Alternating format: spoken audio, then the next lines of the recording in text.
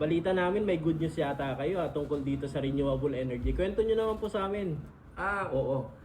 Bukas ay magkakaroon kami ng contract signing ng Cavite State University.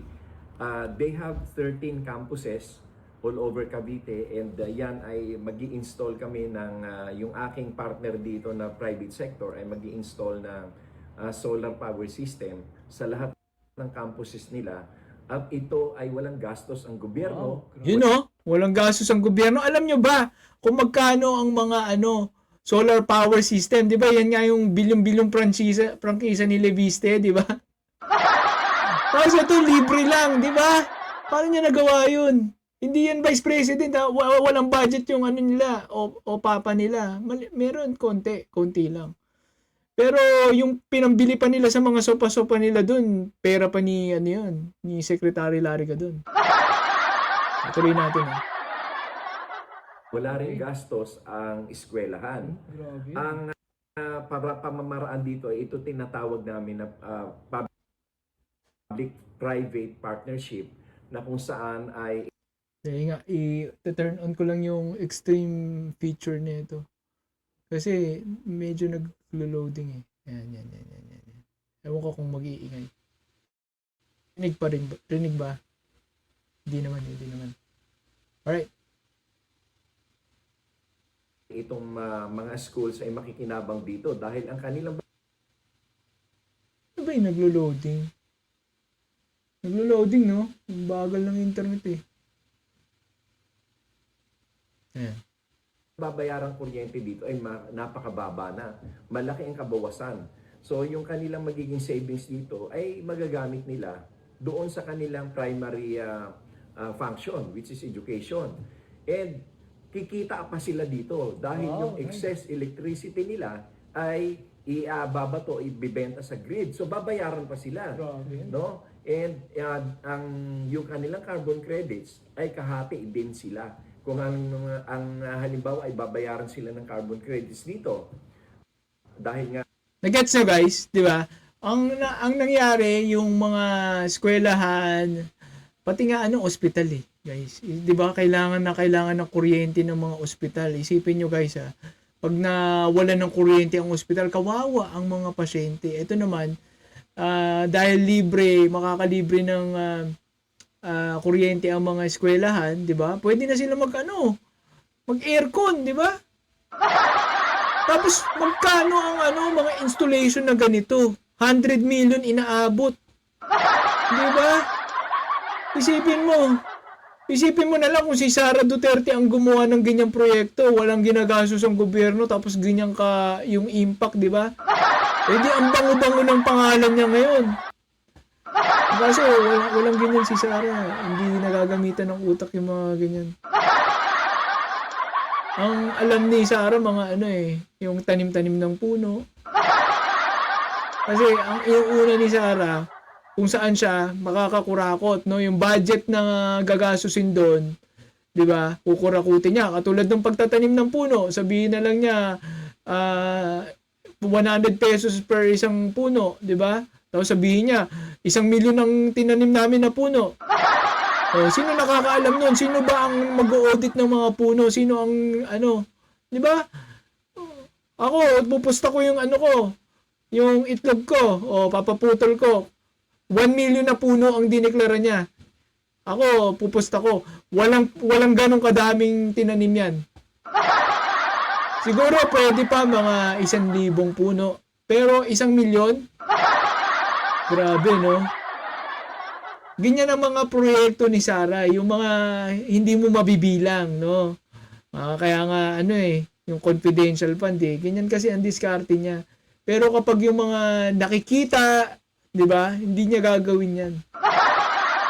Tuloy pa natin yung proyekto ni nagkaroon sila ng energy system, green energy system. Yung sa carbon credits na ibabayad dyan ay kahati pa rin sila. Wow. So napakalaki ng magiging savings and income nila. Wow, nice. And not only that, pagkaraan ng contract period, yung system ay magiging kanila na. Magkakaroon na dito ng yung technology transfer at at wala na silang babayaran at patuloy silang kikita. After Yun, no? several years po. O after several years na 'Di ba? Kumikita pa, 'di ba? Ano, nakalibre na nga sa sa pag-install ng solar. Tapos, dahil sa carbon credits, tapos dahil sa mga sobrang kuryente na mga harness nila, pwede pa nilang ibenta 'yon, no? Sa grid. Grid yung tinatawag na yung mga Meralco 'yan. Ibibigay sa Meralco para magamit ng Meralco. Ibebenta ng Meralco yung kuryente.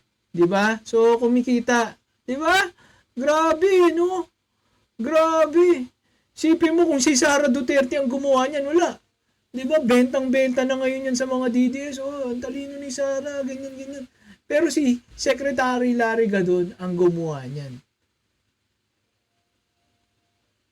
depende doon sa magiging kontrata, na depende din doon sa magiging halaga ng install. Kasi ang average na installation sa isang school ay mga nasa 200 million. Wow. Pero gusto kong ulitin ito Grabe. na walang gastos dito ang gobyerno. Grabe yan. Ang ito Grabe, no, 200 million isang school ang estimation na installation fee.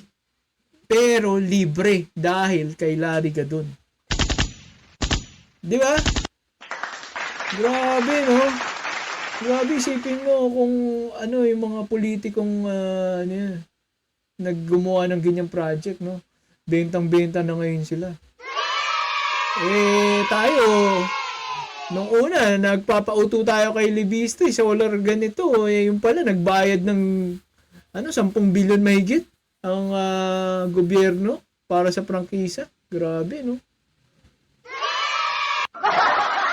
Grabe. 'Di ba? Ito libre lang, 'di ba? So, ayun.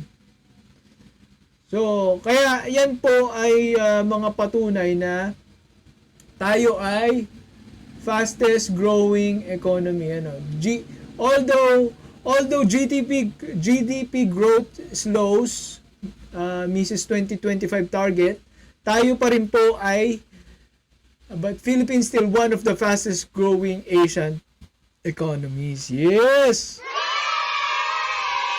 Number 2 yata tayo sa Southeast Asia. No? Fastest growing economy. Not bad na rin kasi dati first tayo pero panahon na ni PBBM first. Pero ngayon 2, second, pwede na. Not bad, di ba? Di ba? Yan po ang mga patunay. The Philippine economy likely grew by 4.8 to 5% last year, below the government target, 5.5 to 6.5 growth target. And for this year and the next, government also lowered its growth targets, global and domestic. Okay.